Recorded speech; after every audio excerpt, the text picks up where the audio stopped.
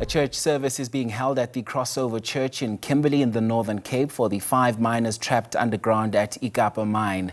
The miners have been trapped since Tuesday following a mud rush. For more on this now, here's Ulrich Hendricks, who's watching developments for us this hour. So, Ulrich, it is a race against time at this hour, but also, we're seeing people going to prayer now to, at least pray for something or a glimmer of hope in all of this. Yes, Mkolisi. Well, hope is all that is left for the 5-man trap since Tuesday. At the moment, rescue efforts are not going as smoothly as the mine, Ekapa, and the DMR would have wanted to, because, they are pumping water as fast as they can, but on the other side, water is still going into that more than 800-meter shaft. So it's a race against time. It was a race against time from the very beginning. Every hour counts, every day counts, and it is day 6 now of those men being trapped. We've seen community members praying at the mine for the past couple of days. And today we are at the Crossover Church in Kimberley. Let's speak to one of the congregants and a fellow pastor, Shumane Trollop.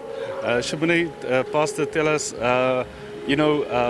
firstly, why are you conducting this prayer, for the 5 Ekapa men? So firstly, on Tuesday morning, when we got the updates, we were all shaken by it. I'm not very clued up in terms of mining, but as we've seen that the rescue teams have been struggling to get hold of those 5 miners, we started feeling the pinch with the rest of the community in Kimberley.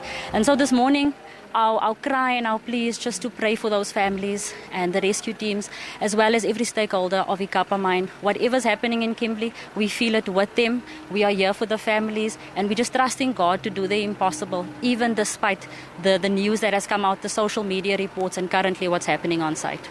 Talking about that social media reports, the news that's coming out, it's more than likely that the men are deceased at this point. Just the time that has elapsed so far. What hope are you clinging on to? Well, like the Bible says, that nothing is impossible with God. I know when we look at statistics, 3 days without oxygen, without food, without water, all of that. But we're still hoping, we're still trusting that there's a beacon of light and that we find those bodies, or we find them alive, so that there can be hope in Kimberley again. It must be a dreadful time for the families. 5 days, not knowing what is going on. What is the message to the wives, to the families, to the children of those 5 men?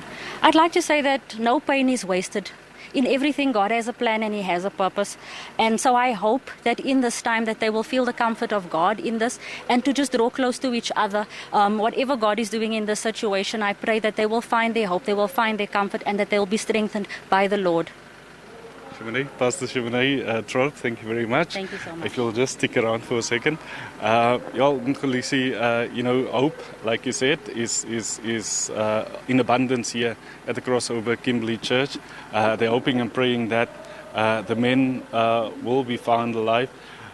In terms of the rescue operation, like I said before, a lot of water and a lot of mud that still needs to be pumped from that shaft. And things are not going well at the moment.